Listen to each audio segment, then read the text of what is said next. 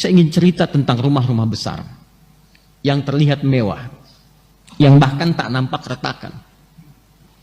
Tapi ketika dilewati, ini nyata ya, karena kami sendiri yang berangkat ke sana, saya berada di sana.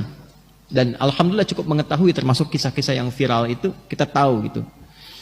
Yang paling menarik adalah penghuninya kosong. Tidak ada yang huni. Padahal itu rumah mewah, besar, ya bagus. Dan saya kira itu dihasilkan dari hasil yang tidak mudah. Mungkin bertahun-tahun bekerja, belasan tahun, bisa puluhan tahun untuk menghasilkan itu.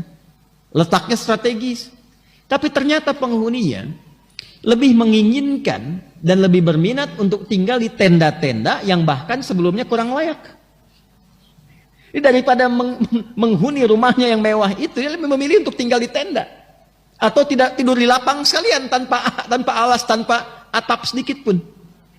Ternyata pada satu titik, apa yang Anda hasilkan dari pekerjaan dan masih seragam yang Anda gunakan sampai malam hari itu, pada satu titik itu tidak akan banyak menolong Anda dari hasil pekerjaan Anda itu ketika terjadi suasana yang menyentuh iman kita untuk dikembalikan kepada Allah Subhanahu wa taala.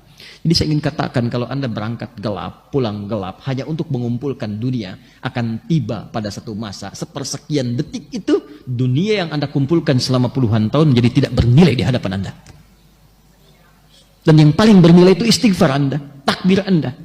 Jadi jangan sampai dipaksa dengan hadirnya gempa yang meruntuhkan baru Anda istighfar, astagfirullah ya Allah, Allahu Akbar. Itu kemana aja kalimat itu?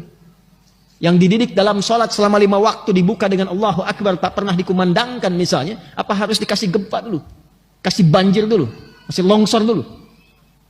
Dikasih musibah dulu? Mana istighfar itu? Ya. Mana tawakal kita kepada Allah? Mana taubat kita kepada Allah? Sedangkan skema taubat dalam Al-Quran itu bukan hanya dilakukan saat seorang hamba melakukan maksiat, bukan.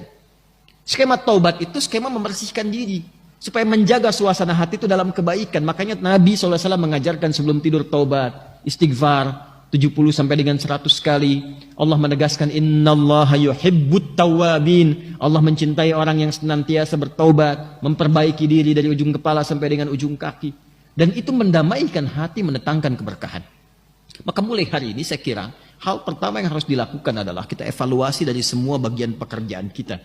Bukan hanya musibah yang kita rasakan secara luas. Boleh jadi ada musibah yang akan menimpa kepada setiap personal, yaitu keberpulangan ia kepada Allah Subhanahu wa taala. Alladzina idza asabathum musibah qalu inna lillahi wa inna ilaihi raji'un. Dan kalimat itu seringkali diucapkan ketika ada orang wafat, kan?